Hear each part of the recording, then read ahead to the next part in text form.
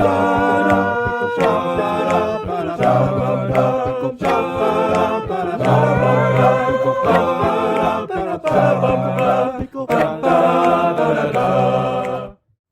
there, this is Jeff. I'm with my friend Bryan, and we'll be talking about the Hitchhiker's Guide to the Galaxy in all its forms.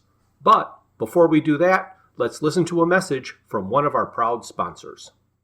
Do your plans include the violent takeover of the universe? Are you a fan of the Silastic armor fiends of Striderax? Are you in need of a nearly endless supply of semi-autonomous deadly robots? Then we at the Sirius Cybernetics Corporation have a deal for you. Call now. Call now. Call now. Call us at 1-800-MIX-A-LOT. And if you qualify, we'll send a squadron of deadly robots to the solar system you select, where they will eliminate every living thing. The Sirius Cybernetic Corporation is not responsible for the death of every living thing in the universe. For more details about this deal, please contact us at yourplasticpal-who's-no-fun-to-be-with.com. Hey, Bryan, how you doing today? I'm doing great, Jeff. How are you? I don't know. I don't seem to be myself today. And why is that? Well, everything seems familiar, but it's like it's happening to a completely different person. I wonder who that would be. Oh, wow. That would be Doctor Who and the Krikkitmen. I got it. Yay! Okay. All right. Well, before we talk about that book, okay. The last episode, you kind of pointed out that I called stories about time travel disappointing at best. Yes. And we've been talking about time travel stories. Yes, we have. So I want to clarify that. Okay. The disappointing ones are the ones that are trying to take themselves too seriously. And the one thing you can say about these novels is that they do not take themselves seriously. You want to elaborate on that? Elaborate on this book not taking itself too seriously? No, on which ones you think are... What would be a good time travel story in your mind? Because I've been thinking a lot. I believe I said time travel stories are normally disappointing because they take themselves too seriously, and there's all kinds of holes and flaws with time travel. There's always the bootstrap paradox or something like that. Yes. Here, yes. He is not taking himself seriously. It's a time travel story, so all of the mayhem that happens just falls in line with all of the other mayhem that he's writing. Gotcha.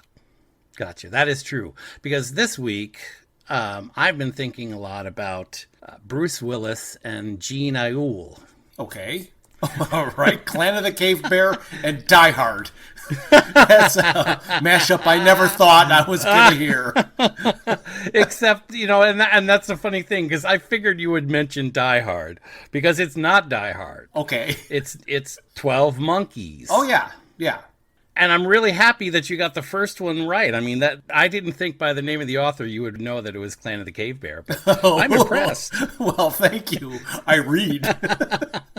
Oh, I know you do. It's just that Clan of the Cave Bear was, it came out in 1980. It's an older book. Yes. From my perspective, is one of the best, I'm going to call it environmentally complex and well-written books that I've ever read. Oh, absolutely. And of course, Jean was a anthropologist of sorts, so her focus was always on the intricate detail of the world in which the characters lived. Right. But that's not the reason I brought her up. But let's go ahead with our conversation and see if she comes up again. Okay, let's.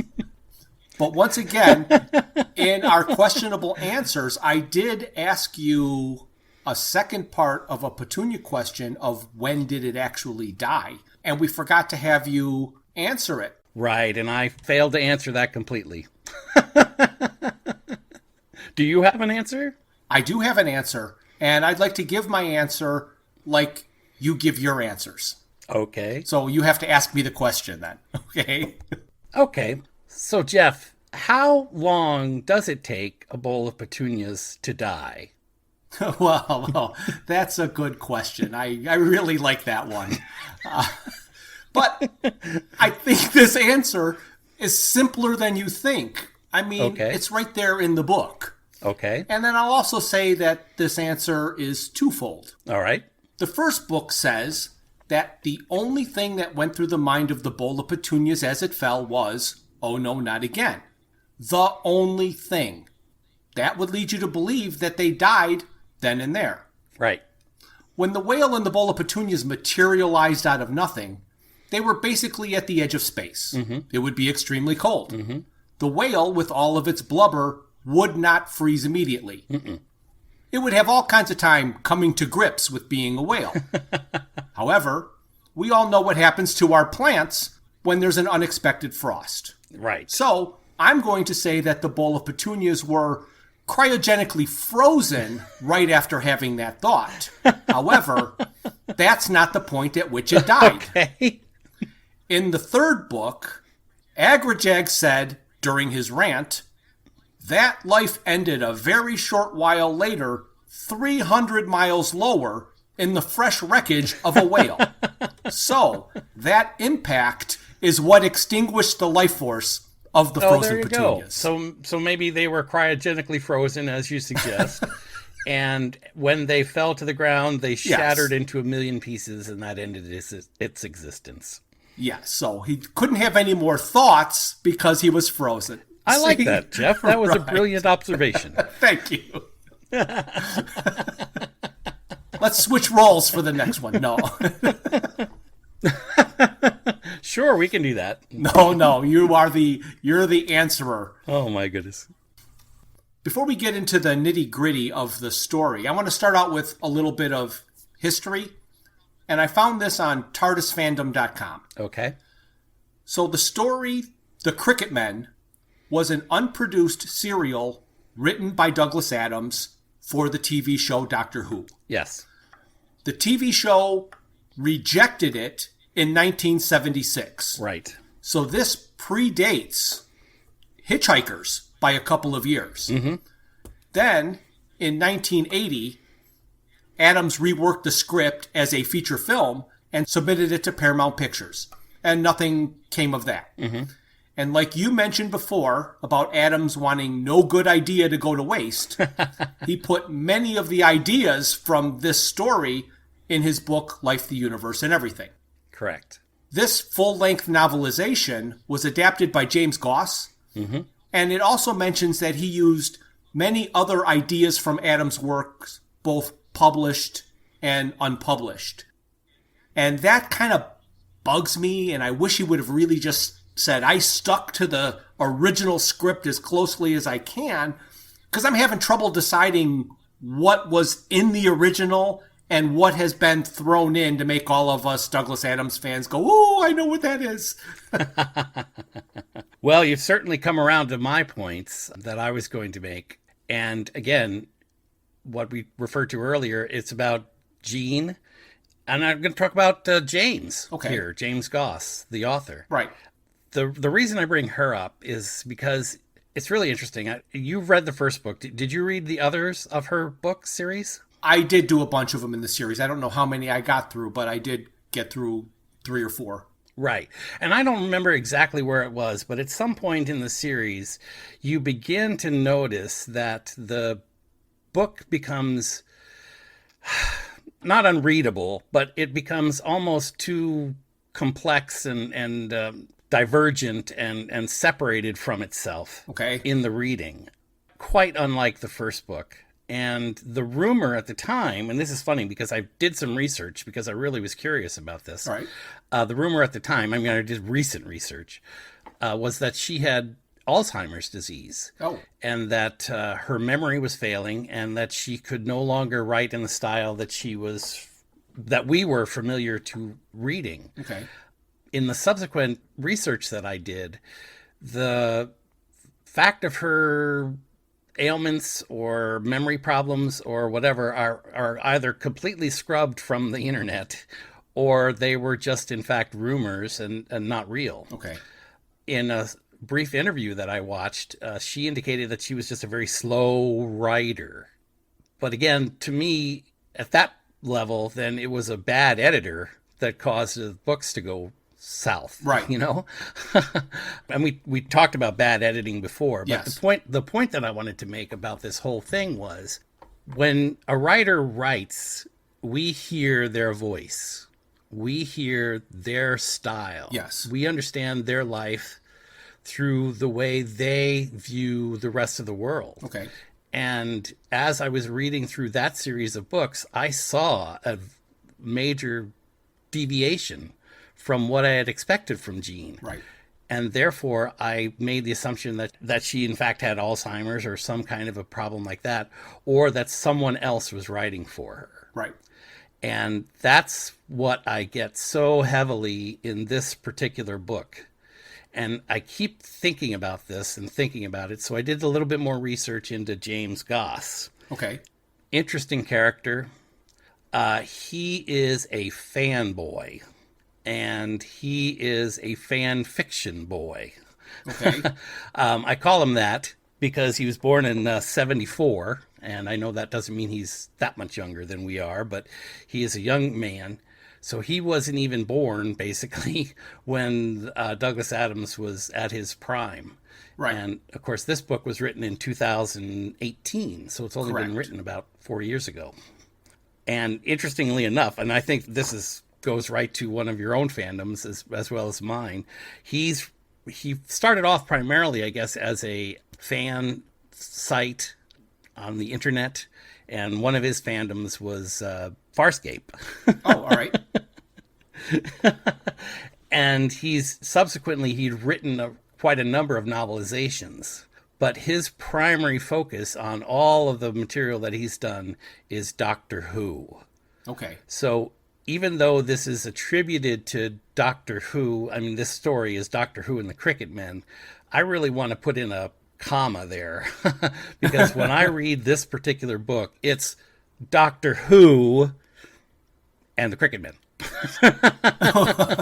You know, the Adams part of this book, the part that shows us and speaks to our language and understanding of who Adams is very small, in my opinion. We see it in the beginning, we see it at the end-ish, Yes. but great swaths of this book are so un-Adams-like that all I can say is that the Doctor Who fans out there would probably really enjoy this book. But for me, I'm going to put a question mark in there. Okay. Well, that brings up a point that I wanted to say, which was I have never read any other Doctor Who novel. Mm-hmm. So I don't have any idea what a Doctor Who novel sounds like. But I would bet that this sounds just like a Doctor Who novel, and that's what it's supposed to be. Well, yes and no. I in fact, I was kind of planning on showing you a graphic image so that you could get a little bit of an idea, but I knew they wouldn't work on the podcast, so I'll just Define graphic in that sentence. a pictorial image. So that Put that away.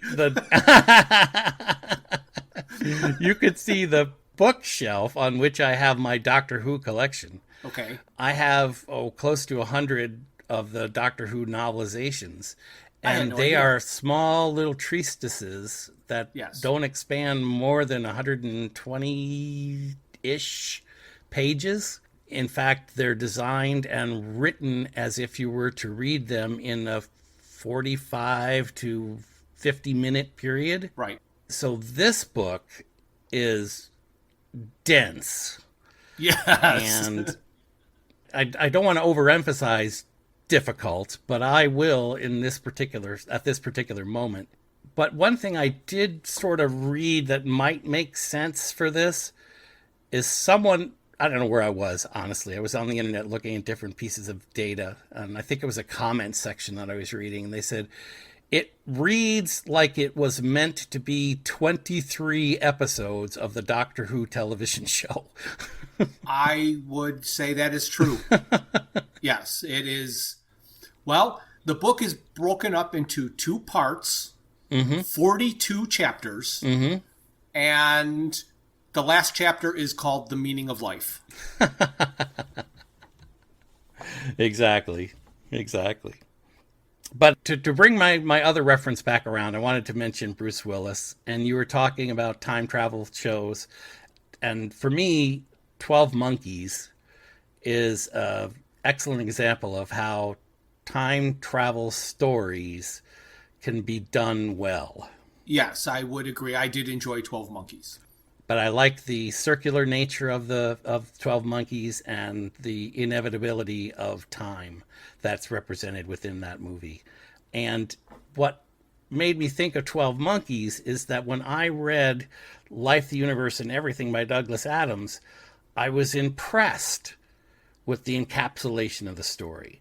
How the beginning of the story wraps all the way around to the last moments of the story, yes. And each piece of it kind of folds together like an onion, like you would expect it to, right. So that you get a complete story within the universe of Douglas Adams and his storytelling ability, but definitely a complete story. And Doctor Who and the Krikkitmen, not so much. Right. But anyway, I'm excited to talk about it. How about you, Jeff? Well, I have a lot. Good. So I am attacking this podcast as nobody who is listening to this has actually read the book. That's a good assumption. And is going to know what's going on. So I am going to detail all 42 chapters and throw in some little comments that I have about it, and I hope that you can throw in some comments too. But basically, this is going to be a really, really long summary. Yeah, just like you said in one of our previous episodes, sometimes you have to read it all, and sometimes you can summarize. Right. Yeah. So the beginning of this book, as you mentioned, starts out sounding exactly like it came right out of a Hitchhiker's Guide novel. Chapter 1 is called Important and Exciting Galactic History, Do Not Skip, and starts off with the passage about the civilizations that risen and fallen, just like in Life, the Universe, and Everything. Yes. Something that we have not talked about yet, which comes into the next book that we're going to talk about, So Long and Thanks for All the Fish. I got a little chuckle because a guy is walking under scaffolding and a tool falls from a high place at a construction site and kills him. Mm-hmm. And the last thing the man sees is a sign on the scaffolding. So do we want to say what the sign says? Because it's not been talked about yet. But the message on the sign is an important message in a later Hitchhiker's book. Yes. I think you could mention it here. It's clearly stated.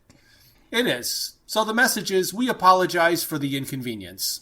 To demonstrate that people do not learn from others' mistakes, the story goes on to say that his mate gets killed running across the street to aid him and gets hit by a taxi.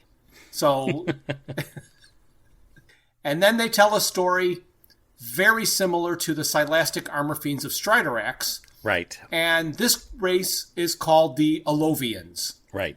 An extremely aggressive race to keep from destroying themselves. Anybody who had to carry a gun in their profession had to work off excess aggression by punching a sack of potatoes. And then they decided to start shooting the potatoes. Right. And then they were able to go out and ravage and shoot the universe. Right. And I do like the one comment that they make in there, that they said that was the best thing they could do for a sack of potatoes until the invention of the deep fat fryer. Yeah, those poor potatoes.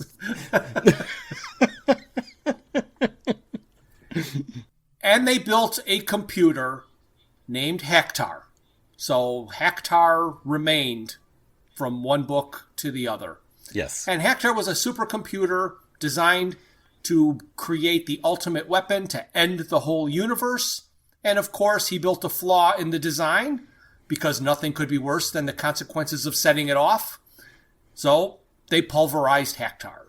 Right. And the incident that caused them to want to set off the bomb I believe that's in this area, right? Is that Yes. there was a change of address card that a computer didn't know what to do with, so he panicked, and that's what caused him to decide to blow up the universe. Yes, a very, very ridiculous little inconvenience. Yes, exactly. I can't take it anymore. So then we get to Chapter 2, Sandwiches and Outrage. Mm-hmm. This doctor travels with his companion Romana, a fellow Time Lord, and a robot dog named K9. This regeneration of the Doctor is the fourth and is portrayed on TV by Tom Baker. He is the one that has adorned with the overly long scarf and is arguably the most beloved of the Doctors. Mm-hmm. He certainly was the Doctor for the longest amount of time. Right. He is the biggest jokester, and his personality fits in with the humor of Adams, I believe. Yes, it does. And I'll make a comment at this point. I was a little annoyed by the actual reading of this book. I did the same kind of thing. I had a digital copy in front of me and I was reading through it. But when I was listening through it the first time, the actor could portray different voices. Yes. But whenever he took on his Doctor Who voice, I wanted to smack him. I didn't, because I was able to project Tom Baker on that voice.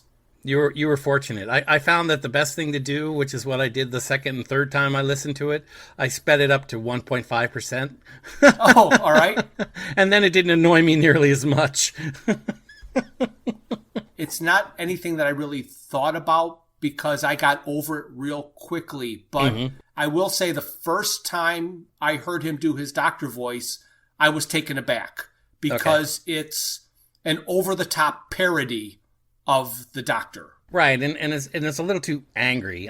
That's the only other thing I heard, and maybe it was me. I don't know.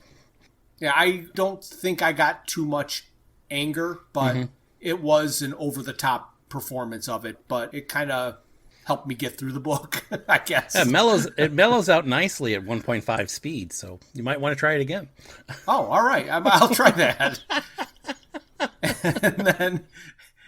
And you get through the book a whole lot quicker. Mm-hmm. Only 6 hours instead of 8 or whatever this is. Actually, it's longer than that. I don't even remember what this was. Oh, it's long. It's. This doctor brings his companion Romana to a cricket match, and she was horrified. Cricket was described as if a prep school teacher had tried to demonstrate infinity, which I believe we discussed was about our impressions of cricket. Yes, exactly. Hasn't lost its appeal, has it? No. Or better yet, gained. I'm going to have trouble believing that anybody listening to this does not know that the Doctor's time machine is called a TARDIS, and the name is an acronym for time and relative dimension in space. It appears on the outside as a blue police call box, and on the inside, it is infinitely big. Correct. Common phrase that is used, it's bigger on the inside than it is on the outside. I say that all the time. The Doctor has almost... Insert graphic picture here. Okay. Yeah, there we go. Oh. Wow, talk about derailing my thoughts. Sorry. The Doctor has great difficulty controlling where the TARDIS is going. In a parallel with Dirk Gently, though, it rarely takes him where he wants to go, but it always brings him where he needs to be. Right. And during this book, Romana will be the one who does all of the accurate piloting. Correct. So the Doctor can never get it to go where it goes, but Romana is capable. Right. The Doctor said that the event that they were going to required a tie. And he was very happy about it, and the book described the clothes he was wearing to the cricket match as a random assembly of jacket, trousers, waistcoat, and a long scarf. It also said that his proudly worn tie was ignored, even though he was waving it at them. And I could picture the Doctor doing exactly that. So there were a lot of things they said about this Doctor that I could just picture exactly. Right. And then the Doctor is also waving around an old card from like 1877 to get into Lord's cricket ground that's signed by W.G. Grace. Mm-hmm. Yep, I had to look it up. He is considered the father of cricket. There you go. I thought that, wasn't it Doctor Who that has that, the ability to make somebody believe whatever it is he holds in his hand is exactly what he needs? Yes, it's like psychic paper. Okay. So he holds up this blank piece of paper and tells them what they're supposed to see, and they see what they need to see to get him in with credentials. Okay. But I don't know when that originated. Yeah, neither do I. So during this Doctor Who book, I guess I will call it, for lack of a better term, fan service for Douglas Adams or Douglas Adams-isms. Mm-hmm. So you're reading along this Doctor Who book, and then all of a sudden there's a word or a phrase that just jumps out at you that you go, well, I know why this was thrown in there. Mm-hmm. And here's one that I'm on the fence on because it's very subtle. So in describing the game of cricket, even though the idea of what it depicts is horribly offensive, the Doctor called it harmless. And harmless is a normal, everyday word, but when it's used in anything Douglas Adams, it has this other reference. So I'm just wondering if you think that the harmless was thrown in there because of Douglas Adams and everything that happened, or do you think harmless was put in the original script before Hitchhikers was even thought of? No, I think it was added. As you read it, it sounded like it was pieced together. Yes. So, yeah, I think it was added. And then this chapter ends with the Doctor vanishing. Right. Which really kind of bugged me because it had a whole different implication than what actually happened. It made it sound like Romana was watching him and he disappeared. Right. Where in fact she just looked away for a moment and the old man just wandered away. Exactly. We lost all that glorious striding about as if he were Moses in the fire, didn't we, though? Yes, we did. I like that in the book. Yes. And I like that they made it better in the real book. Mm-hmm. He's got these ideas and then they come up. So that brings us to chapter 3, an international incident. And it starts out with all of the different ways that the Doctor vanishes, which are really, really bad. Mm-hmm. And this one, though, is that he just slipped away, which is the worst way he vanishes. He can be beamed up or captured or fall in a pit, but when he just wanders away, that's the worst. Mm-hmm. So he storms down to the pitch for the ashes ceremony, and he was described like Moses coming down from the mountain, and that's it. Like you said, there was no more of this pomp and circumstance of all of the fire. Then, in an extremely awkward scene, the Doctor made those at the ceremony describe the ceremony in great detail. And the trophy is full of ashes of the cricket stump, and the trophy is welded shut. So obviously nobody knows what's in there, and he's kind of teasing them about it. Exactly. So they're talking about the ashes, and Doctor Who is inquiring as to where they came from and what they are. And various people spout out various answers, but the one that I thought was rather humorous is one guy shouts out, "A budgie!" Yes! Yeah. That the ashes was made of an old bird. Yeah, I didn't think that was funny. It was funny because it was as non sequitur as you could get away from what the ashes are. Yes. And I think during that scene, the Doctor's explaining the cricket match to Romana, and the one universal truth that is out there is that when there is a group of people that is extremely serious about something, and they overhear somebody else casually explaining it incorrectly and not as seriously, they get all offended.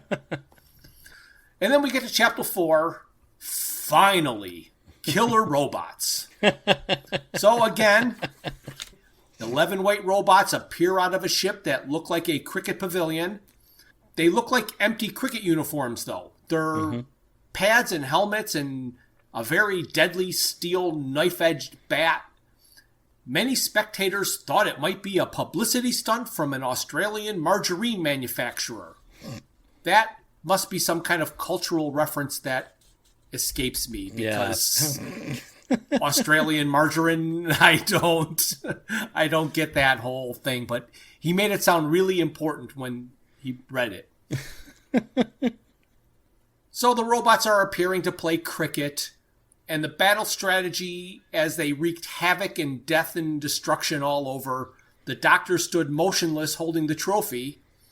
The robots approach him, and before they got there, Romana materializes the TARDIS on its side between the Doctor and the robots like a barrier, and then opens the door, and the Doctor doesn't go in right away, and the robots climb over and take the trophy. This was a disturbing chapter to me because the TARDIS didn't have to be on its side.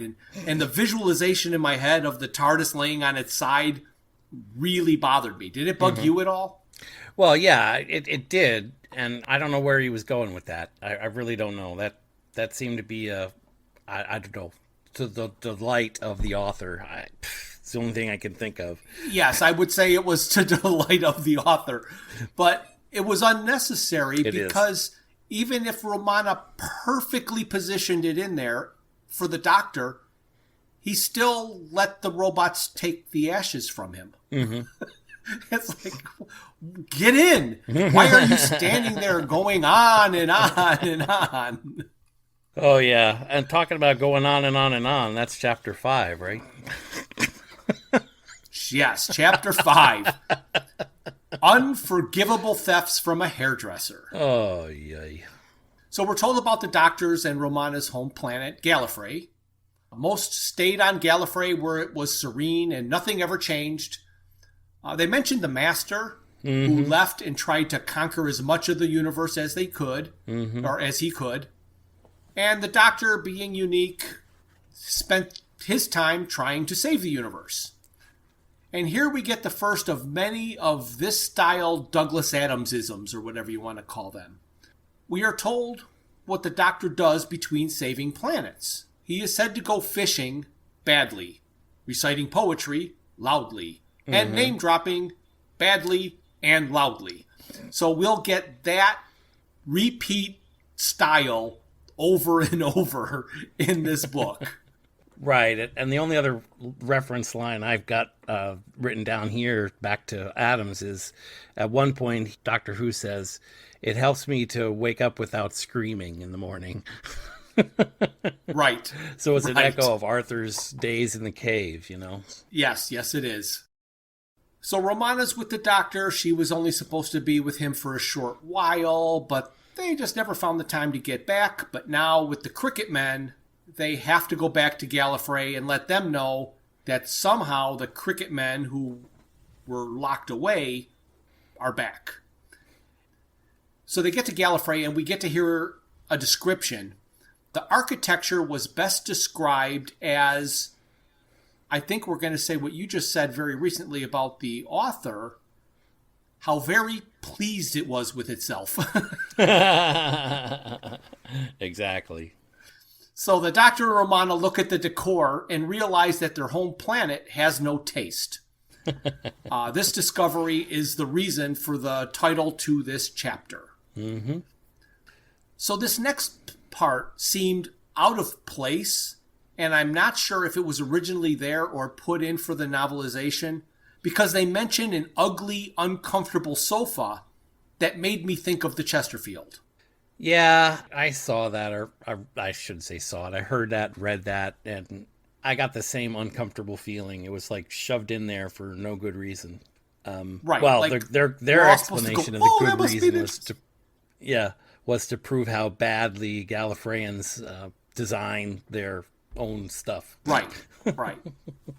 Yeah. Yeah. The only thing I thought was funny in this particular sequence was when they were talking about the bookworms. Do you have anything about bookworms?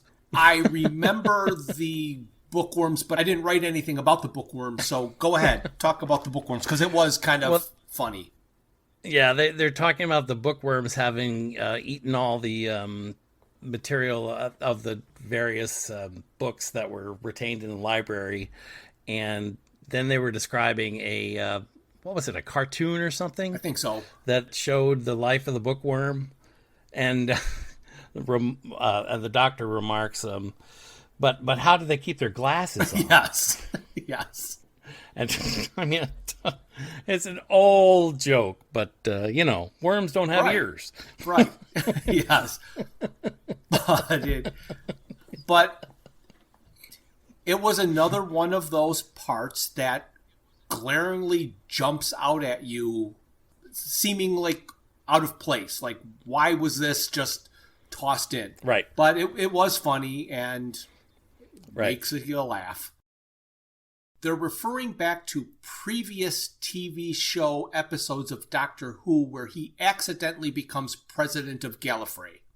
They're apprehended, and another parallel with Life, the Universe, and Everything is a take me to your leader joke, where Trillian had always wanted to use the phrase take me to your leader, and she found a way to do it, and she was all proud that she was able to do it.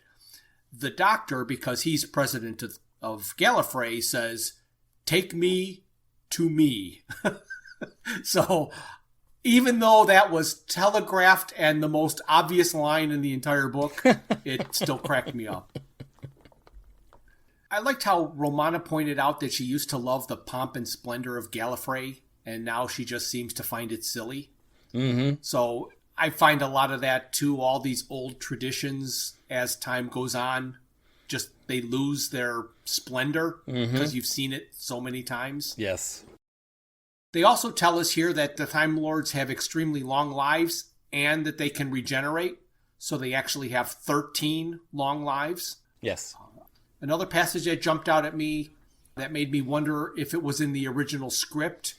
So they're talking about the Cardinal, who was both the Doctor's and Romana's tutor. He had taken charge while the Doctor is away. So the Doctor's away, and he's acting president. He said he used to regenerate when his previous bodies wore thin at the elbows. And I'm like, wait, that sounds familiar. Yep. Is this original, or is this stuffed in to take me out of the story because it has nothing to do with anything else? Right. No, I got that one. And then the other thing that they talk about, at this point, Barossa points out that his lives have been cut shorter, and he's frequently had to regenerate because of the current Doctor Who and the lives that the current Doctor Who is leading. And they make a sort of an offhand comment that they studied the situation and they believe that it was because he's recently been exposed to a high degree of improbability. Yes. Yes. Another thing that just gets stuck in there.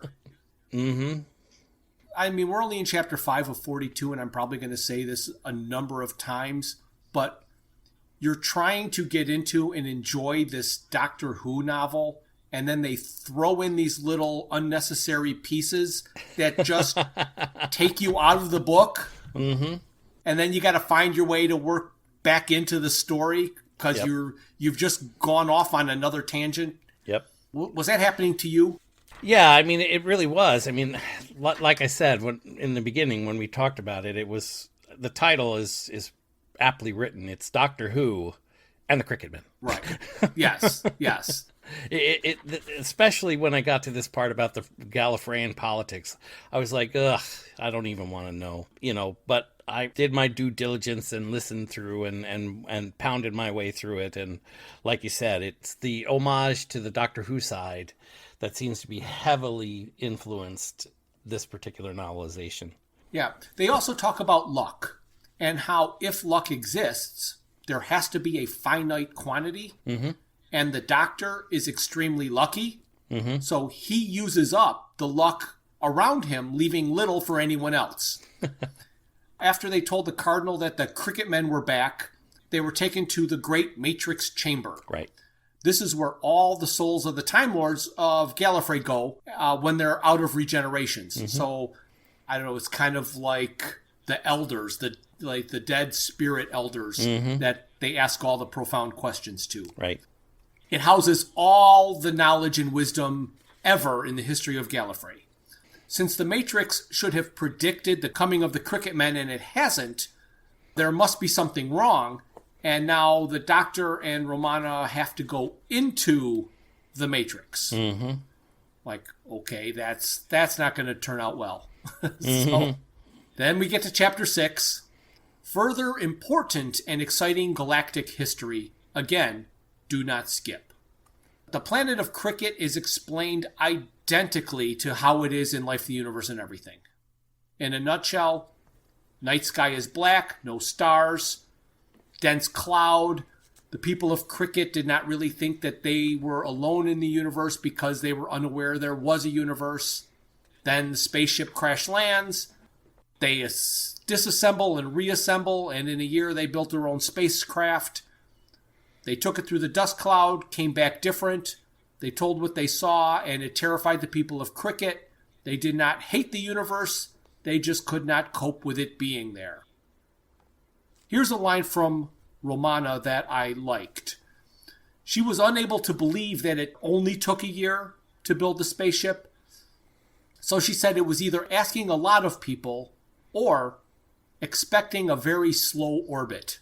So it only took a year, but it was a real slow orbit around the sun. Right. So we get to Chapter 7. More on the galaxy reeling.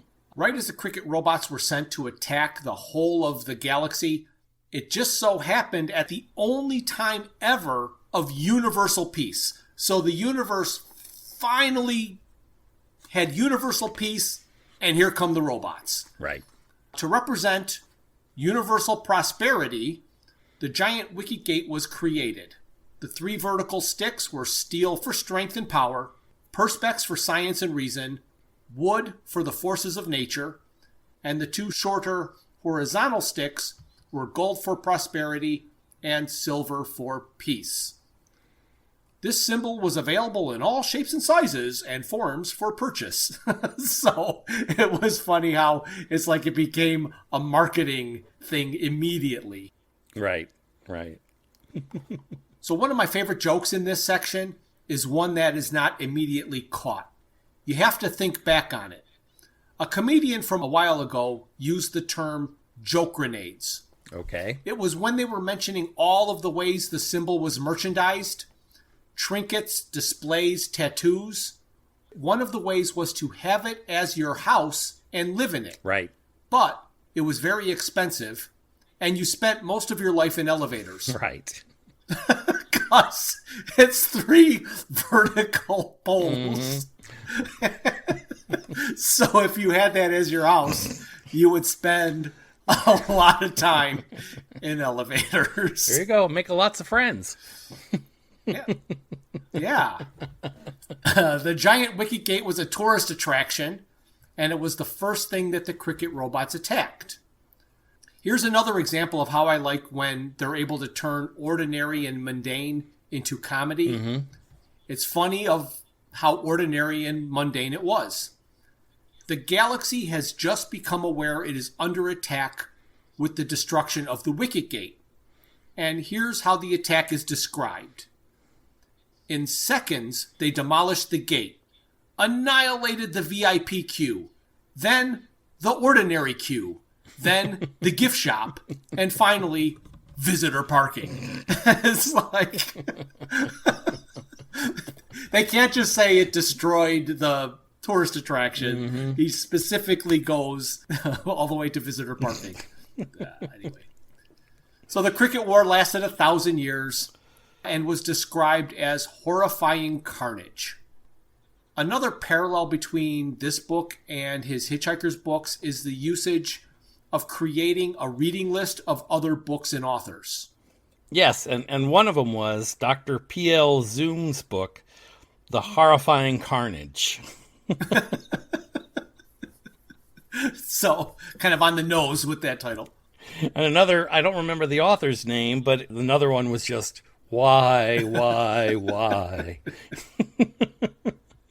So this was the first great test of Gallifrey. They had a policy of non-interference, kind of like Starfleet, the Prime Directive. It took them almost 1,000 years before they agreed to get involved in the war. And they created an impenetrable barrier between their allies and the Krikkitmen that basically disintegrated anything trying to get through. And I really like this part. It made me feel not as bad about using incorrect terms, because Romana told the Doctor that he was jumbling galaxy, cosmos, and universe rather free-handedly. And the Doctor said they're pretty much the same thing, right? And K9 goes, negative. So I have difficulty myself distinguishing and interchanging cosmos, galaxy, and universe all the time. So it's nice to see the Doctor does it too. Now that they had the barrier, the galaxy was able to defeat the Krikkitmen basically by scale. The sheer size of the galaxy was able to overwhelm the people of Krikkit, and then they had to decide what to do with them. So that brings us to Chapter 8, So Much for Universal Peace. Oh my goodness, I skipped right to Chapter 11 in my notes. Oh, all right. So I'll just go through this. So the official accounts of history gloss over what happened at the end of the war. So the Doctor, Romana, K9 use the TARDIS, and they go to the end of the Krikkit War to find out what really happened. At the hearings, they heard that harmonious coexistence was impossible, and they heard that they were not evil, just misguided, and the victims of a freakish accident of history, and they can't destroy them all. Because the hearing was so boring, the three of them went exploring. Oh, that's kind of a poem. They came to a place that did not look or feel right, and they saw a door. It was locked. K9 unlocked it, and it was discovered to be a TARDIS, a war TARDIS. And most TARDISes adapt themselves to their owner's tastes. A war TARDIS adapts their owners to them. So here we get this war TARDIS out of nowhere that happens to be at this hearing. Right. We get to hear about battle cardinals and their connection to the war TARDISes, makes them bloodthirsty and ready to fight. The Doctor and Romana discover that the peace conference being run by a war TARDIS, which is not in the official records, and it mentions that Romana reaching for a pen with a really sharp pointed nib that she just wanted to plunge into someone. So Romana was starting to get affected by the war TARDIS and had these killer ideas. So the solution to the peace conference was just to put everyone from Krikkit back on Krikkit and neutralize them. They would be put into the slow time envelope and locked away in an impenetrable barrier until the rest of the universe died, so they could live out their solitary lives. Then the Doctor had a really great line that I believe is a universal truth, which is, I never like a solution that is so neat that you can't help but say, what can possibly go wrong? Right. Chapter 9, Running on Imagination. The peace conference is attacked, but nobody at the peace conference notices. And this is where everything started getting confusing to me, so that's probably why you didn't write any notes about any of these chapters. Because having knowledge from the other books, he uses this type of thing in historical records, but I think the robot attacking them at the conference is really happening. So when they're reviewing historical records in Hitchhikers, there's all this mayhem that goes around, but because it's a recording, nobody notices. But they use some sort of technology that keeps them from noticing. So I thought that was weird. Chapter 10 is Grim Conclusion in Nowhere. This was a very short chapter, but I found it even more confusing. Because they want to know the real story and not the one told in history, they have been traveling through time to the key moments involving Krikkit. Right.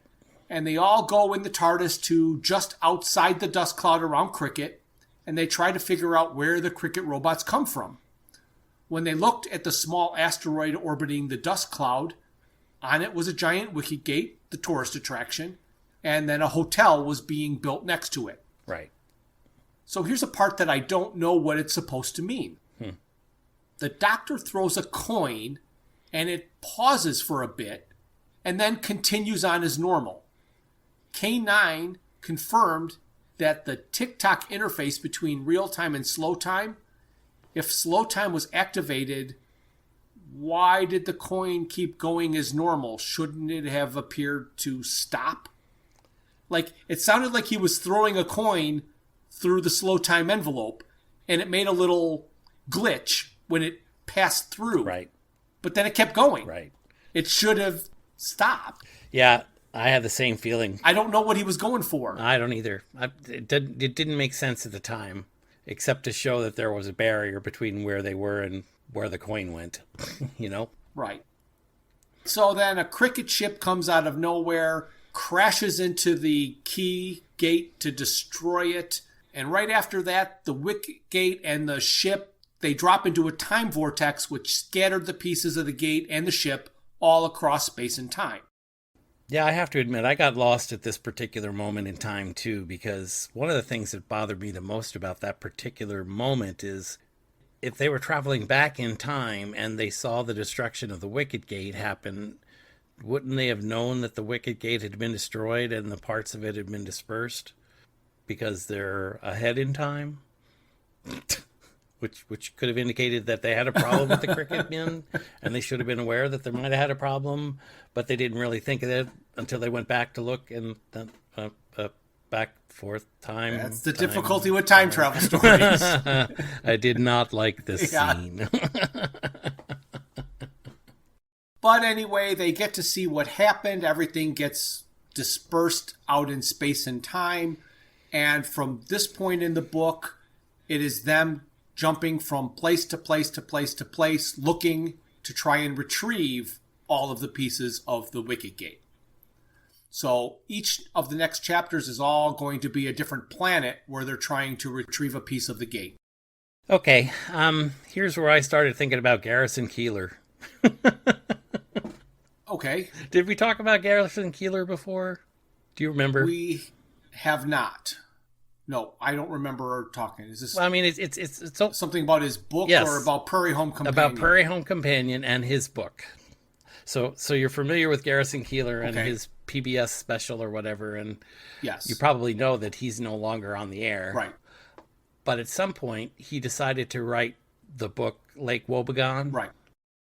And I remember that I eagerly waited for his new release of the radio show so I could listen to the story, and I would laugh and giggle and have a good time. It was an excellent radio program. It was an excellent radio program. But honestly, in my entire life, there's never been, and hope that there never is, another book that I started and put down and refused to read. That good, huh? Than Garrison Keillor's.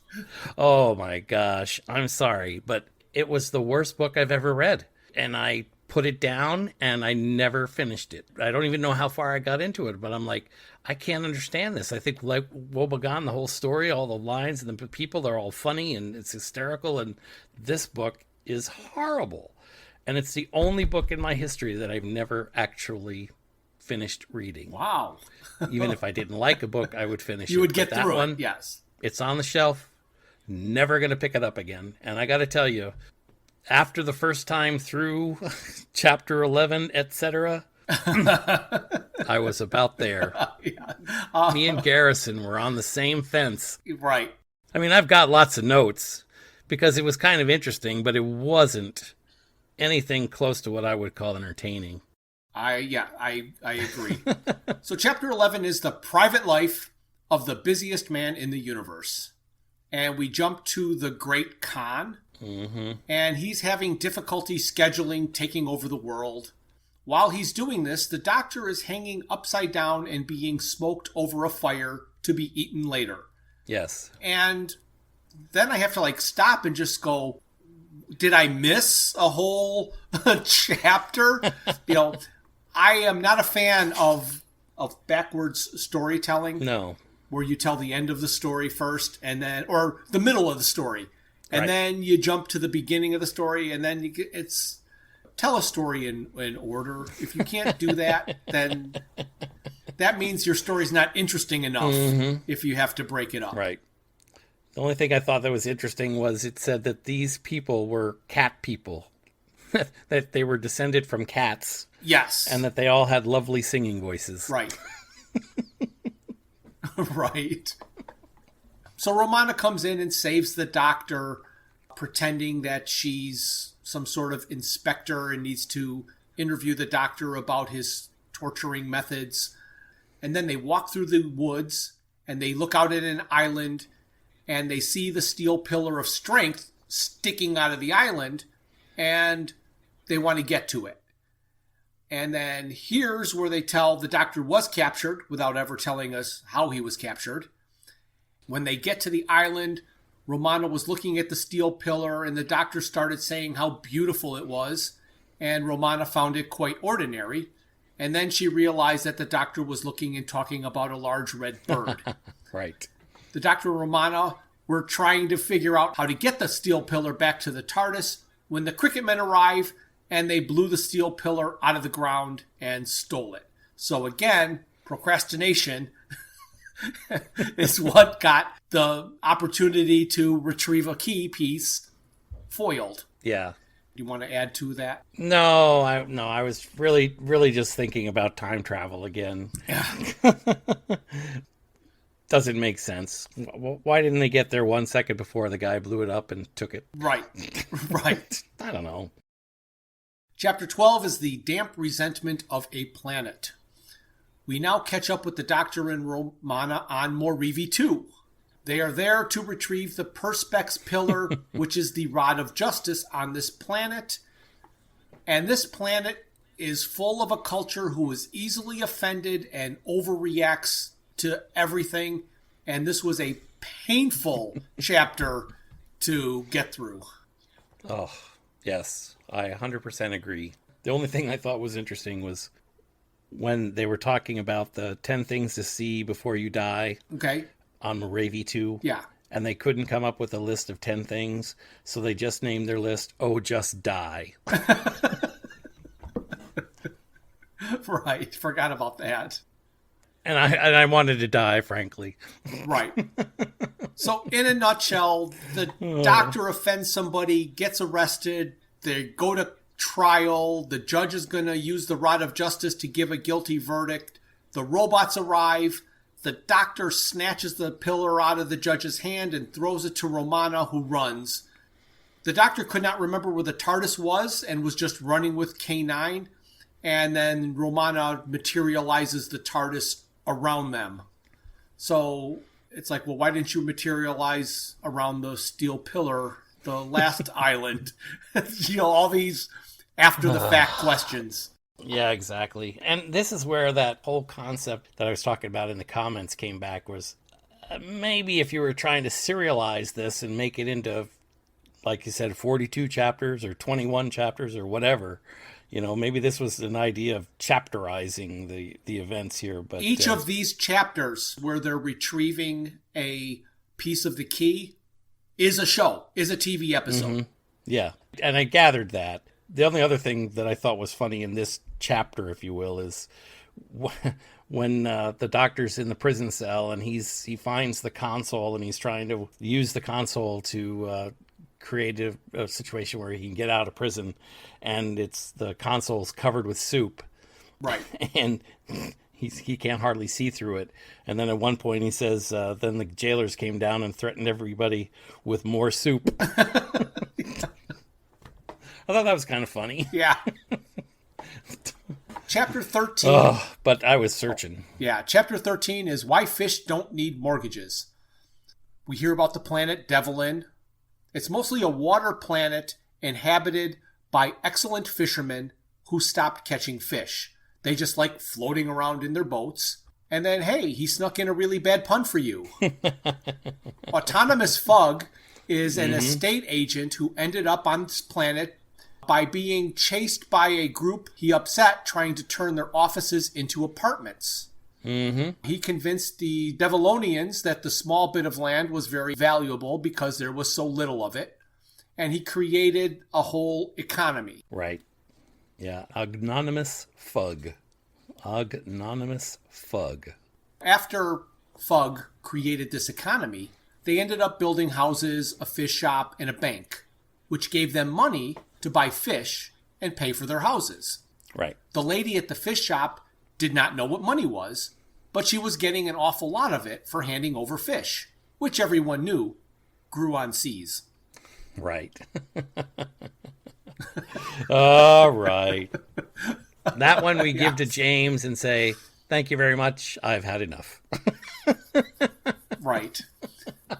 So they built a second bank and create a free market and more houses and mortgages and all of that.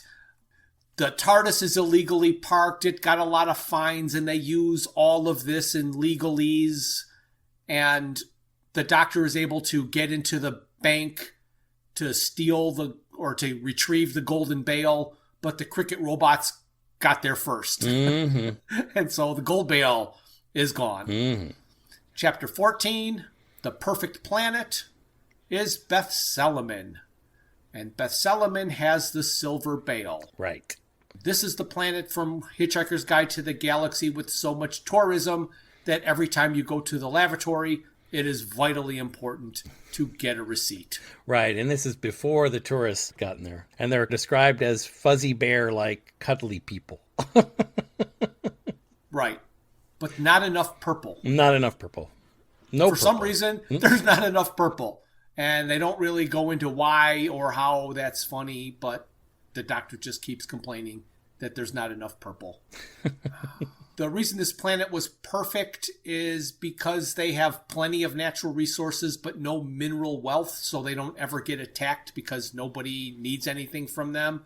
So they're very confused that the Krikkitmen want to come and get the Silver Rod of Peace.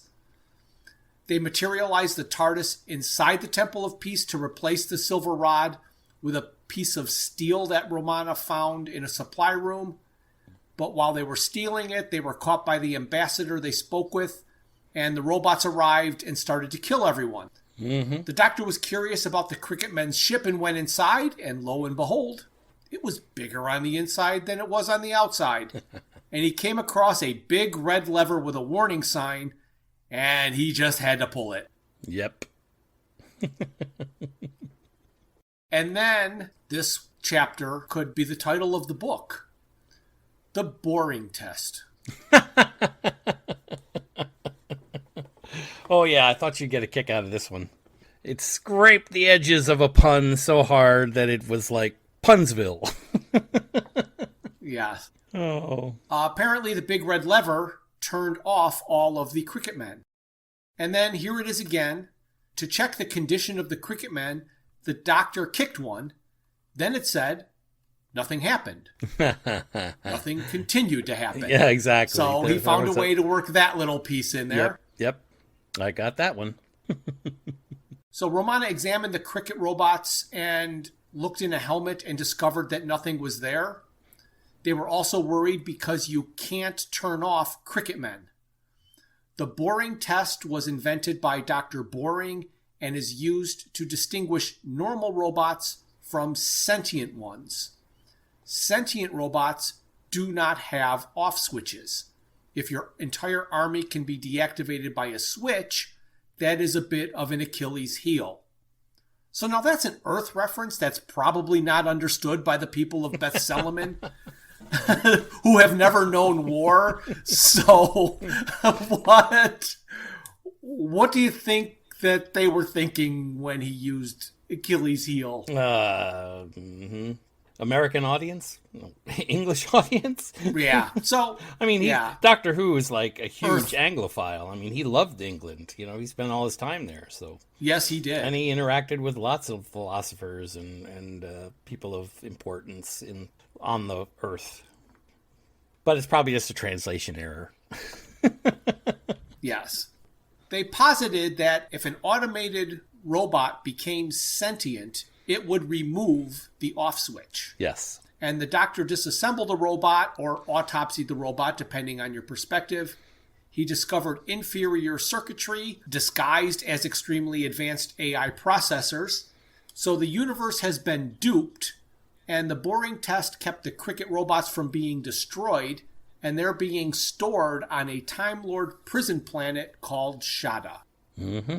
But did you get the boring pun? Do the boring pun.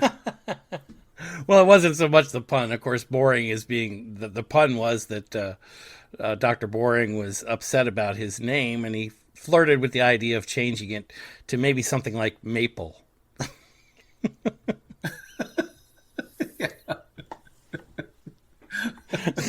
I just thought that was funny. So as you mentioned in this chapter, they talk about the boring test. And as you said, the boring test was a test designed to understand the difference between a robot and a sentient robot, or a robot that went beyond its parameters. Yeah. And they use the reference in this book as the difference between a robot and a sentient robot is like the difference between a kettle and a puppy. They are quite different. Yes.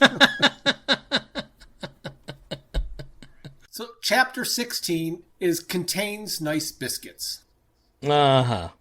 The Doctor has gone to meet with a professor of chronology, Professor Chronodos, or something like that. Romana has been asked to stay behind and run to be the president of Beth Seliman. So they're saying Romana's not going to be in this for a while. Mm-hmm. She also had all the deactivated Cricket robots collected, put in the pavilion ship to be flown to Gallifrey. Mm-hmm. Professor Chronodos has the Book of Raskillion, and it's not actually a book. It looks like a book, but it is actually the key to Shada. The Doctor wants the book so he can find the robot army and destroy them, because they are not sentient. Right. Chapter 17 is Hit for Six, which I think is a Cricket reference. Mm-hmm. The Doctor goes to Shada with K9. They find the 5 million robots stored in their own dimension. The Doctor does not notice the TARDIS has been breached, and the Cricket robots rode with him to Shada. So I don't know how that happened. Mm-hmm. Before the Doctor could hit the giant red button to jettison the robots and get rid of them, Romana, dressed in Cricket whites, bashed K9 and clubbed the Doctor in the head and knocked him out. Romana has been taken over and is now controlled by the Cricket robots. Mm-hmm. They now have all the pieces of the key and are going to unlock the planet of Cricket and take over the universe.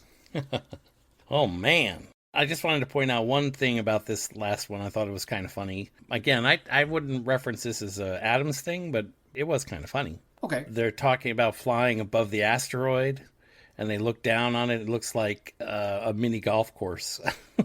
And the only thing that missing was the little windmill. Yes. I did think that was kind of funny. Yeah, there are a lot of little gags. And that and the Doctor singing Gilbert and Sullivan as he's walking through a dangerous prison planet to settle his nerves. Yeah. Oh boy, what a trog. So chapter 18 is regrettable acts between the swimming pool and the car park. Romana took the TARDIS to the asteroid orbiting the dust cloud, next to a hotel. Once there, the Krikkitmen released their hold over Romana and unlocked Cricket from its envelope of slow time. The Doctor, Romana, and K9 left in the TARDIS. They repaired K9 and decide to go down to the planet and try to reason with the people of Cricket. That is the end of part 1. Whew. I'm sweating. Because there is no possible way we could do this in one episode, we are going to do our bonus episode this month of part 2 of this book. So we're just going to stop here, and we'll see you in 2 weeks to hopefully, please come back. if we haven't made it exciting and inviting and desirous of listening to more of this story, I apologize. Yes. There might be more graphic images. Thank you for listening to Digital Watches Are a Pretty Neat Idea. Look for us the first Thursday of every month for a full episode. We will also release a bonus episode later in the month. A very special thanks goes out to Luke, Max, Greg, and Tim Lesnick for arranging and performing our opening theme.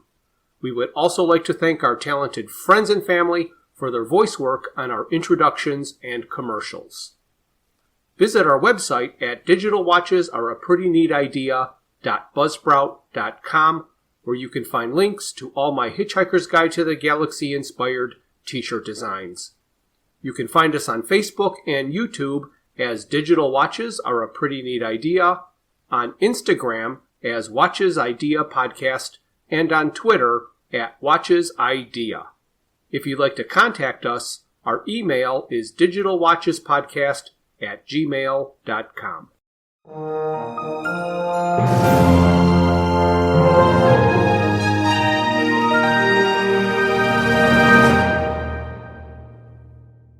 This has been a Froods for Thought production.